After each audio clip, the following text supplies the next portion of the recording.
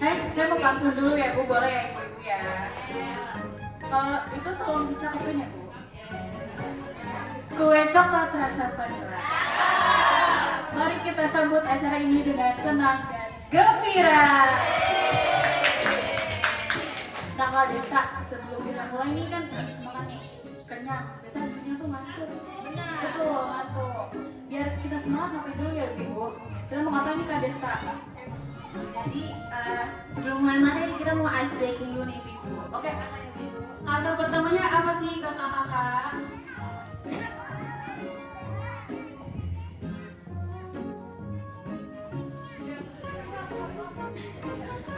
Dua lagi Kak, dua lagi. Dua lagi ya. Kata-kata pertama apa nih? Kata pertama. Kata keduanya. Kata ketiganya. Kita hitung sampai 3 Ibu. 1, 2, 3. Sekali lagi ya. Pelan-pelan kakak. Kata pertama. Oke. Kata keduanya. Kata ketiganya. Usai itu dulu. Itu 1, 2, 3.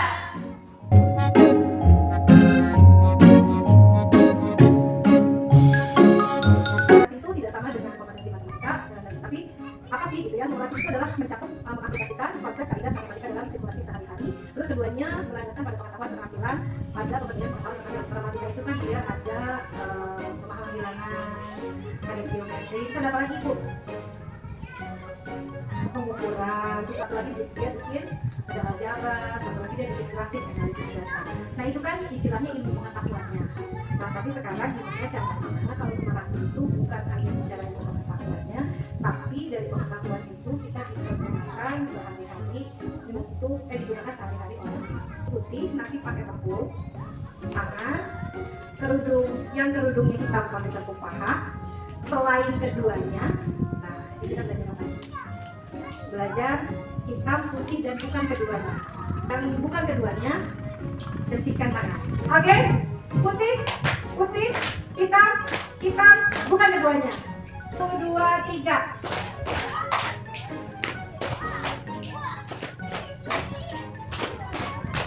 Nah, enak kan?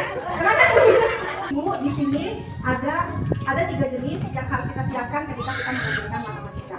Yang pertama ada numerasi nantinya. Nah, yang pertama adalah kita dengan benda konkret, yang kedua adalah dengan vektorial atau gambar, yang ketiga itu adalah dengan menggunakan langsung simbol angkanya. Nah, STEM ini pertama kali mungkin Ibu lebih banyak mengenal di fase kurikulum merdeka ya, di awal-awal tahun 2020-2021 ada STEM dan STEM gitu ya.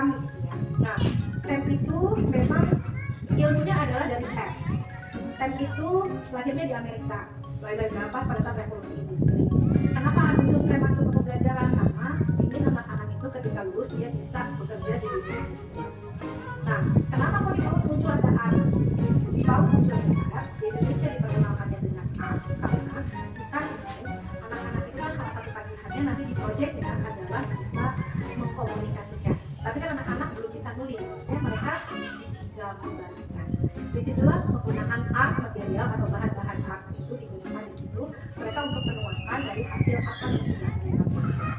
Jadi melalui true art, ya. Bagaimana laporan itu melewati lewat bahan-bahan kreasi seni kita di dalamnya. Jadi bagaimana mengekspresikan semua idenya melalui art. Karena apa dia bisa nulis? Makanya lewat gambar. Pendekatan STEM-nya ada pendekatan antar disiplin, artinya antara sains, teknologi, matematika, seni, dan juga rekayasa. Ini rekayasa. Terus kemudian ada inquiry, tadi menemukan sesuatu, menggali lebih dalam, ada pemecahan masalah. Kemudian juga ada berpikir kritis, terus ada kreativitas dan inovasi, kemudian kolaborasi komunikasi, penerapan dalam kehidupan nyata, serta pola pikir bertumbuh dan kenalan. Nah ini semua sebetulnya ini cikal bakal nantinya Ibu akan ketemu di PM, di pembelajaran mendalam. Ya. Nah, Kemudian di dalam kegiatan proyek ini, di dalam STEM ini juga kita ada assessment-nya.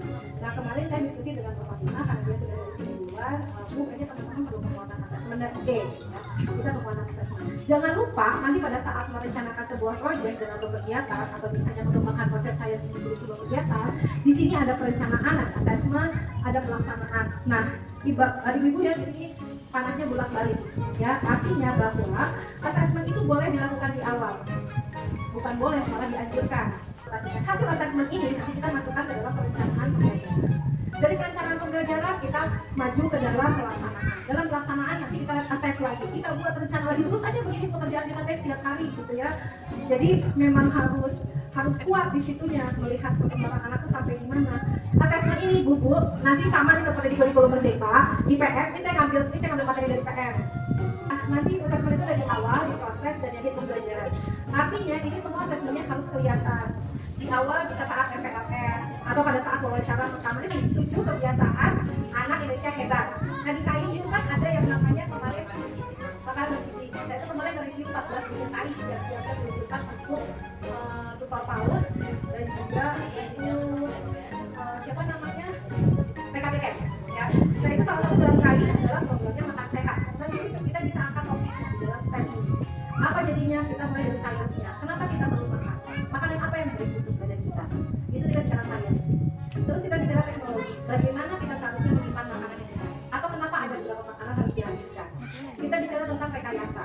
Bagaimana cara pengawetan makanan? Apa yang terjadi jika makanan itu makanan kita simpan sembarangan sehingga kenapa kita kalau tidak habis harus disimpan ke dalam penyimpanan yang benar. Terus kemudian kita bicara tentang artnya. Artnya kita bisa minta anak untuk menggambar bebas makanan apa yang dia makan sehari-hari. Gak usah diharapkan gambar nasi, gambar rokok enggak. Biar karena kita tahu makan apa biasanya. Sehingga kita tahu apakah dia biasanya makan ciki atau biasanya dia makan biskuit kah, atau dia biasanya gambar minuman yang sering kamu minum setiap hari. Keluar tuh minuman apa yang sering dia minum.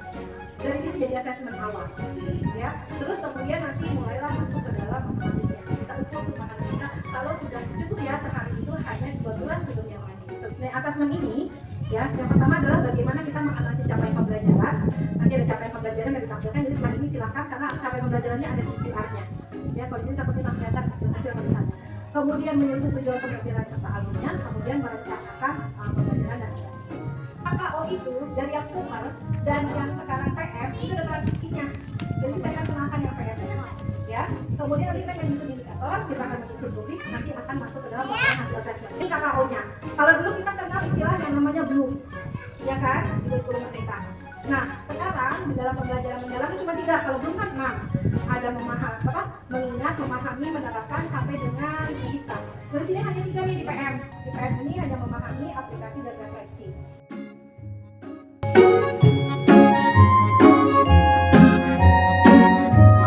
Biasanya kalau di sini temanya berdasarkan apa ini? Tema untuk pembelajaran biasanya ditentukan oleh siapa dan berdasar apa? Tema untuk kegiatannya. Apakah sudah ada yang 11 tema satu diri sendiri yang itu? Pakai itu? Oh gitu. Kalau di PM temanya yang terdekat oleh anak. Jadi ibu-ibu boleh mau pakai apa? Ini contohnya pohon kelapa. Di sini banyak pohon kelapa nggak Bu? Lumayan. Boleh juga misalnya apa yang terdekat dengan anak, misalnya ikan, boleh. Jadi diusahakan tema itu sedekat mungkin yang bisa anak lihat dan anak rasakan. Contoh, kita tinggal di Pulau Pakem, temanya gunung. Nyambung nggak ibu-ibu? Nah, coba sekarang ibu-ibu satu kelompok 4 orang, tentukan satu tema yang akan di mapping. Oke, sekarang kita buat seperti jaring-jaring Spiderman. Ada 5 komponen. Yang pertama sains, yang kedua teknologi, yang ketiga art atau seni,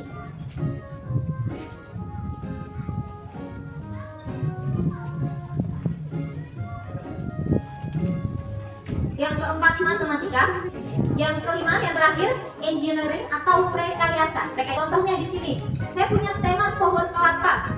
Kajian sainsnya yaitu tentang tanaman kelapa. Kemudian teknologi yang bisa digunakan yaitu ada loh namanya alat pemetik kelapa.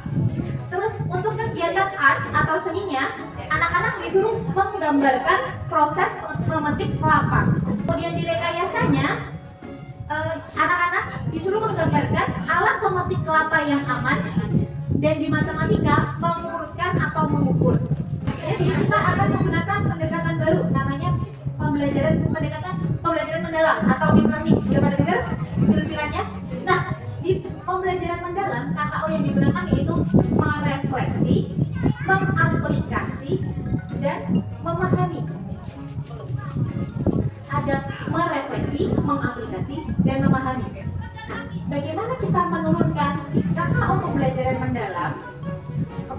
tujuan pembelajaran.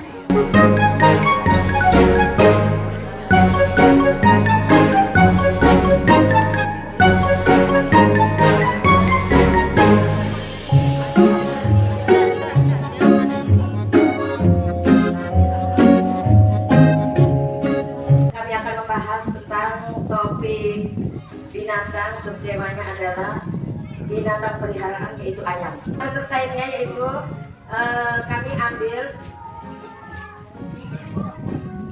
bahwa terjadinya ayam itu bisa dari ayam dulu bertelur, terus telur juga bisa jadi ayam. Jadi ayam itu bertelur terus ditepasin menjadi ayam besar. Nah itu dari sainsnya, proses terjadinya ayam.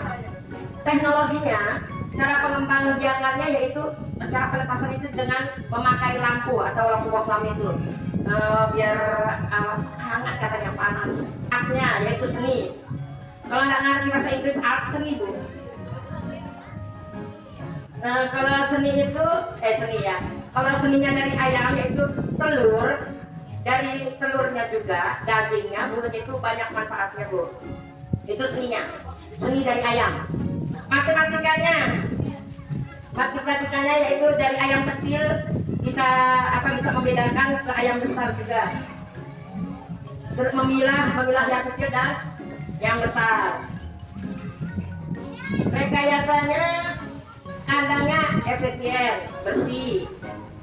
Terus kenyamanan buat ayam, bisa menjadi pupuk bu. Kotorannya itu bisa jadi pupuk. Kayaknya kandang kambing aja ya yang jadi pupuk. Ayam juga bisa ini jadi kandang jadi pupuk. Cara proyeknya ya bu ya, cara mengajarkan ke anak itu kami dengan cara mengajak anak ke kandangnya, melihat konkretnya, melihat aslinya. Nina ayam, ini nak, ini kandangnya Nina, ini itu Nina nih, ada yang kecil ada yang besar ya. Iya, ada warnanya juga, ada yang hitam, ada yang putih, ada yang warna-warni. Nah, ada yang jantan juga. Ini yang jantan, ini yang betina. Bisa KKO-nya ya. KKO tujuan pembelajarannya ya kak. KKO ya. Tujuan pembelajarannya melamun. Kerja operasionalnya yaitu anak dapat mengingat bagian-bagian tubuh dari ayam. Ada bulunya, ada dagingnya, ada kakinya. Itu bagian dari ayam. Yang keduanya cara mengaplikasikan ya. Anak dapat memahami siklus ayam dari siklus itu ya, dari telurnya, dari menetasnya, berkembang biaknya, dari kecil menjadi besar. Yang ketiganya itu anak dapat memelihara sehingga dia ingin memelihara ayam. Iya. Sekian dari saya. Assalamualaikum warahmatullahi wabarakatuh.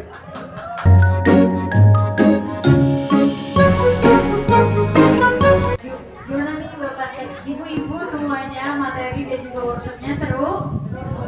Semoga materi dan workshop yang sudah dilakukan ini bisa bermanfaat dan bisa ibu terapkan di lembaganya masing-masing. Amin. Buah nanas, buah ceri dicampur gula enak sekali. Cukup sekian pertemuan kali ini.